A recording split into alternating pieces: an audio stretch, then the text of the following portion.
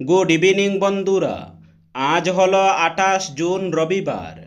আজকের বরাক উপত্যকা তথা আসামের শ্রীভূমি শিলচর হাইলাকান্দি এবং ভারতের বিভিন্ন প্রান্তের আজকের সন্ধ্যার বিশেষ বিশেষ খবরগুলি হল: এসআইআরের 1 বছর পূর্ণ, ভোটার তালিকা থেকে বাদে 6 কোটি, ভোটার তালিকার বিশেষ নিবিড় সংশোধন এসআইআর কর্মসূচি শুরুর 1 বছর পূর্ণ হল। এই 1 বছরে দেশজুড়ে প্রায় 6 কোটি ভোটারের নাম বাদ পড়েছে। এই কর্মসূচি নিয়ে বিরোধী দলগুলির সঙ্গে নির্বাচন কমিশনের সংঘাত ক্রমশ তীব্র হয়েছে। বর্তমানে দেশের 19টি রাজ্য ও কেন্দ্রশাসিত অঞ্চলে এই তালিকা সংশোধনের কাজ চলছে। উল্লেখ্য, গত বছরের 24 জুন বিহারে বিধানসভা নির্বাচনের আগে পরীক্ষামূলকভাবে এই বিশেষ সংশোধন অভিযান শুরু হয়। সেই অভিযানের পর বিহারের ভোটার তালিকা থেকে প্রায় 65 লক্ষ নাম বাদ পড়ে। বিরোধী দল এবং বিভিন্ন সমাজকর্মীর অভিযোগ ছিল, প্রয়োজনীয় নথির অজুহাতে নাগরিকদের ভোটাধিকার থেকে বঞ্চিত করতে এই পদক্ষেপ নেওয়া হয়েছে। চলতি বছরের মার্চ মাসে সুপ্রিম কোর্ট সর্বসম্মত রায়ে নির্বাচন কমিশনের এই বিশেষ সংশোধন অভিযানকে সাংবিধানিকভাবে বৈধ বলে ঘোষণা করে। এদিকে বিহার ও পশ্চিমবঙ্গের যাদের নাম ভোটার তালিকা থেকে বাদ পড়েছে, তাদের একাংশকে বিভিন্ন সরকারি সামাজিক সুরক্ষা প্রকল্পের সুবিধা থেকেও বঞ্চিত করা হচ্ছে বলে অভিযোগ উঠেছে। দুই রাজ্যই জানিয়েছে, ভোটার তালিকা শুদ্ধিকরণের তথ্য সামাজিক সুরক্ষা প্রকল্পের সঙ্গে যুক্ত করা হচ্ছে। হাইলাকান্দি বাইপাসে ফের এক সড়ক দুর্ঘটনায় প্রাণ হারালেন এক ব্যক্তি। একই দুর্ঘটনায় গুরুতর আহত হয়েছেন আরও 3 জন। শনিবার 6 নং জাতীয় সড়কের হাইলাকান্দি বাইপাস অংশের বেসিক চৌমাথা এলাকায় একটি যাত্রীবাহী অটোরিকশার সঙ্গে একটি ট্রাকের মুখোমুখি সংঘর্ষে এই দুর্ঘটনা ঘটে। ঘটনার পর গোটা এলাকায় চাঞ্চল্যের সৃষ্টি হয়। দুর্ঘটনার জেরে কিছু সময়ের জন্য যান চলাচল ব্যাহত হয়। পরে পুলিশ পরিস্থিতি নিয়ন্ত্রণে এনে যান চলাচল স্বাভাবিক করে। স্থানীয় সূত্রে জানা গেছে, হাইলাকান্দি বাইপাস দিয়ে একটি যাত্রী বোঝাই অটোরিকশা যাওয়ার সময় বিপরীত দিক থেকে আসা একটি ট্রাকের সঙ্গে সেটির মুখোমুখি সংঘর্ষ হয়। সংঘর্ষের তীব্রতা এতটাই ছিল যে অটোরিকশাটি দুমড়ে মুচড়ে যায় এবং তাতে থাকা যাত্রীরা গুরুতরভাবে আহত হন। দুর্ঘটনার শব্দে আশপাশের লোকজন ছুটে এসে উদ্ধার কাজে হাত লাগান। এই দুর্ঘটনায় আলগাপুরের বাসিন্দা আবু সুফিয়ান ঘটনাস্থলেই মারা যান। এছাড়া অটোরিকশায় থাকা আরও 3 জন গুরুতর আহত হন। স্থানীয়দের সহযোগিতায় আহতদের উদ্ধার করে হাইলাকান্দি এসকে রায় অসামরিক হাসপাতালে নিয়ে যাওয়া হয়। সেখানে তাদের চিকিৎসা চলছে বলে জানা গেছে। নবম শ্রেণীর পাঠ্য বইয়ে এবার যুক্ত হলো এসআইআর। ভোটার তালিকার বিশেষ নিবিড় সংশোধন অভিযান এবার স্থান পেল নবম শ্রেণীর সমাজবিজ্ঞান পাঠ্য বইয়ে। নতুন পাঠ্য বইয়ে বলা হয়েছে, এই অভিযানের উদ্দেশ্য হল যাতে কোনো যোগ্য নাগরিক ভোটার তালিকা থেকে বাদ না পড়েন এবং কোনো অযোগ্য ব্যক্তি তালিকায় অন্তর্ভুক্ত না হয়। একই সঙ্গে অবাধ ও নিরপেক্ষ নির্বাচন পরিচালনার ক্ষেত্রে ভারতের নির্বাচন কমিশনের ভূমিকাও প্রশংসিত হয়েছে। জাতীয় শিক্ষাক্রমের ভিত্তিতে সংশোধিত নতুন পাঠ্য বইয়ে উল্লেখ করা হয়েছে, নির্বাচন কমিশন নিয়মিতভাবে ভোটার তালিকা আপডেট, যাচাই ও সংশোধনের জন্য বিশেষ নিবিড় সংশোধন অভিযান পরিচালনা করে। পাঠ্য বইয়ে বলা হয়েছে, এই অভিযানের মাধ্যমে বিশেষ করে যারা সদ্য 18 বছর পূর্ণ করেছেন, সচেতনতার অভাব বা অন্য কোনো কারণে যাতে তাদের নাম বাদ না পড়ে তা নিশ্চিত করা হয়। এছাড়া ভোটারের মৃত্যু, স্থায়ীভাবে অন্যত্র চলে যাওয়া, একই ব্যক্তির একাধিক নাম থাকা বা দীর্ঘদিন ধরে খুঁজে না পাওয়া গেলে সেই নামও তালিকা থেকে বাদ দেওয়া হয় বলে উল্লেখ করা হয়েছে। সংশোধিত ভোটার তালিকা প্রকাশের আগে দাবি ও আপত্তি জানানোর জন্য পর্যাপ্ত সময় দেওয়া হয় এবং সব অভিযোগ নিষ্পত্তির পরই চূড়ান্ত তালিকা প্রকাশ করা হয় বলেও পাঠ্য বইয়ে উল্লেখ করা হয়েছে। এর আগে নবম শ্রেণীর পুরনো সমাজবিজ্ঞান বইয়ে শুধু উল্লেখ ছিল প্রতি 5 বছরে একবার ভোটার তালিকার পূর্ণাঙ্গ সংশোধন করা হয়, যাতে তা আপডেট থাকে। নতুন সংস্করণে সেই অংশের পরিবর্তে বিশেষ নিবিড় সংশোধন অভিযানের বিস্তারিত বিবরণ যুক্ত করা হয়েছে।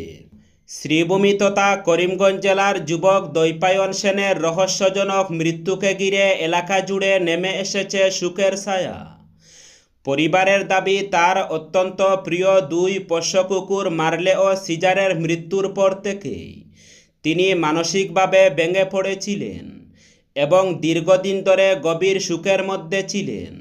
মৃত্যুর আগে নিজের হোয়াটসঅ্যাপ স্ট্যাটাসে তিনি তার সর্বশেষ বার্তায় ব্যক্তিগত জীবনের কিছু হতাশার কথা উল্লেখ করেছেন। তবে মৃত্যুর প্রকৃত কারণ এখনও নিশ্চিত নয়। পুলিশ ঘটনার তদন্ত শুরু করেছে এবং সমস্ত দিক খতিয়ে দেখা হচ্ছে। দৈপায়নের আকস্মিক মৃত্যুতে পরিবার, আত্মীয়স্বজন ও বন্ধুদের মধ্যে গভীর শোকের পরিবেশ তৈরি হয়েছে। সামাজিক যোগাযোগ মাধ্যমেও অনেকেই তার প্রতি শ্রদ্ধা জানিয়ে পরিবারের প্রতি সমবেদনা প্রকাশ করেছেন। বাক্সা জেলার জপাডঙ্গার দিরিঙ্গাপুরে এক লোমহর্ষক ও চাঞ্চল্যকর হত্যাকাণ্ডের ঘটনা ঘটেছে। অভিযোগ, মা নিজেই দা দিয়ে কূপ মেরে হত্যা করেছেন তার 5 বছরের শিশুপুত্র রণবীর সিং বড়কে। স্থানীয় সূত্রে জানা গেছে, ঘটনাটি প্রকাশ্যে আসতেই এলাকা জুড়ে চাঞ্চল্যের সৃষ্টি হয়। খবর পেয়ে পুলিশ ঘটনাস্থলে পৌঁছে শিশুটির দেহ উদ্ধার করে ময়নাতদন্তের জন্য পাঠায়। অভিযুক্ত মা নেউচি বড়কে ইতিমধ্যেই আটক করেছে পুলিশ। কী কারণে এই মর্মান্তিক ঘটনা ঘটল তা এখনও স্পষ্ট নয়। ঘটনার প্রকৃত কারণ জানতে পরিবারের সদস্যদের জিজ্ঞাসাবাদ করা হচ্ছে এবং বিভিন্ন দিকে খতিয়ে দেখছে তদন্তকারী কর্মকর্তারা। এই নৃশংস ঘটনায় এলাকায় শোকের ছায়া নেমে এসেছে। পুলিশ জানিয়েছে, তদন্তের অগ্রগতির ভিত্তিতে পরবর্তী আইনানুগ ব্যবস্থা নেওয়া হবে। নেশামুক্ত দক্ষিণ করিমগঞ্জ গড়ে তোলার অঙ্গীকার বিধায়ক আমিনুর রশিদ চৌধুরীর। নিলামবাজারে প্রকাশ্যে চলছে অবৈধ নেশার আসর। অসম ত্রিপুরা জাতীয় সড়ক সংলগ্ন স্কুল ক্যাম্পাসের পাশেই অবাধে ড্রাগস ও নেশাজাতীয় সামগ্রী সেবন দিব্যি চলছে বলে অভিযোগ। নিলামবাজার থানার অদূরে এমন ঘটনা চলতে থাকলেও স্থানীয় পুলিশের ভূমিকা নিয়ে উঠেছে প্রশ্ন। স্কুল ও জনবহুল এলাকায় মাদকাসক্তদের অবাধ বিচরণ ও দৌরত্বে অভিভাবক মহলে দেখা দিয়েছে গভীর উদ্বেগ ও প্রচণ্ড ক্ষোভ। তাদের অভিযোগ, নিলামবাজারের প্রতিটি এলাকায় মদে, গাঁজা, ড্রাগসে করে সহ নেশাজাতীয় সামগ্রী সেবনের প্রবণতা মাত্রাতিরিক্ত বৃদ্ধি পেয়েছে। বিশেষ করে দীর্ঘদিন ধরেই নিলামবাজারে ঐতিহ্যবাহী এসবি বিদ্যানিকেতন, এইচএস স্কুলের খেলার মাঠ এবং জাতীয় সড়কের পাশে নেশা সেবনকারীদের স্বর্গরাজ্যে পরিণত হয়েছে। সম্প্রতি সামাজিক যোগাযোগ মাধ্যমে স্কুল সংলগ্ন এলাকায় প্রকাশ্যে নেশা সেবনের একটি ভিডিও ভাইরাল হওয়ার পর বিষয়টি নিয়ে ব্যাপক চাঞ্চল্যের সৃষ্টি হয়েছে। ঘটনাটি নিয়ে সর্বত্রই ক্ষোভে আছড়ে পড়ছে। স্কুল পড়ুয়া সহ বিভিন্ন সামাজিক সংগঠন এবং সমাজবিরোধী কার্যকলাপের বিরুদ্ধে তীব্র প্রতিবাদ করলেও স্থানীয় পুলিশ প্রশাসন সম্পূর্ণ নিষ্ক্রিয় বলে অভিযোগ উঠেছে। এ ব্যাপারে দক্ষিণ করিমগঞ্জের বিধায়ক আমিনুর রশিদ চৌধুরী রীতিমতো ক্ষোভে ফুঁসছেন।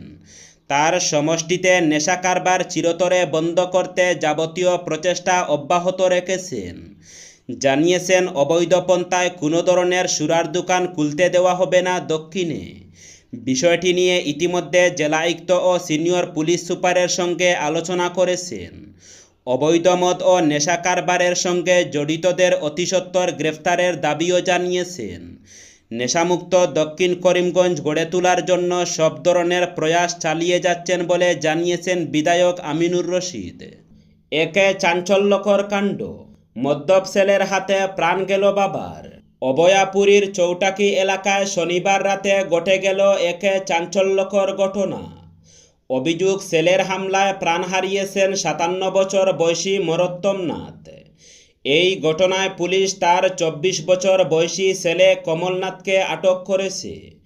মৃতের স্ত্রী চম্পানাথের অভিযোগ, মরত্তমনাথ দীর্ঘদিন ধরে মদ্যপ অবস্থায় বাড়িতে অশান্তি সৃষ্টি করতেন এবং পরিবারের সদস্যদের উপর নির্যাতন চালাতেন। মদ্যপানকে কেন্দ্র করে হওয়া বিবাদের জেরেই এই মর্মান্তিক ঘটনার সূত্রপাত বলে দাবি করেন তিনি। অভিযোগ অনুযায়ী বাবার আচরণে অতিষ্ঠ হয়ে শনিবার রাতে কমলনাথ মরত্তমনাথকে মারধর করেন। গুরুতর আহত অবস্থায় তাকে দ্রুত বঙ্গাইগাঁও অসামরিক হাসপাতালে নিয়ে যাওয়া হলেও হাসপাতালে পৌঁছানোর আগেই তার মৃত্যু হয়। চম্পানাথ আরও জানান, এর আগেও একাধিকবার বাবার উপর হামলা করেছিলেন কমলনাথ। ঘটনার খবর পেয়ে পুলিশের ঊর্ধ্বতন কর্মকর্তারা ঘটনাস্থলে পৌঁছে তদন্ত শুরু করেন। উত্তর শালমারা থানার পুলিশ অভিযুক্ত কমলনাথকে আটক করে ঘটনার তদন্ত চালিয়ে যাচ্ছে। ঝুঁকিপূর্ণ গুমড়া ব্রিজ, যে কোনো সময় ঘটতে পারে বড় ধরনের দুর্ঘটনা। কাছাড় জেলার গুরুত্বপূর্ণ সংযোগকারী গুমড়া বাজারের ব্রিজের বেহাল দশা। পিচে ডালাই উঠে তৈরি হয়েছে বড় বড় গর্ত, যার ভেতর দিয়ে স্পষ্ট দেখা যাচ্ছে নিচের নদী। ঝুঁকিতে জনজীবন। প্রতিদিন এই ব্রিজের উপর দিয়ে ভারী যানবাহন সহ অসংখ্য ছোট বড় গাড়ি ঝুঁকি নিয়ে চলাচল করে। স্থানীয়দের অভিযোগ, দ্রুত সংস্কার না করলে যে কোনো সময় বড় ধরনের প্রাণহানির ঘটনা ঘটতে পারে।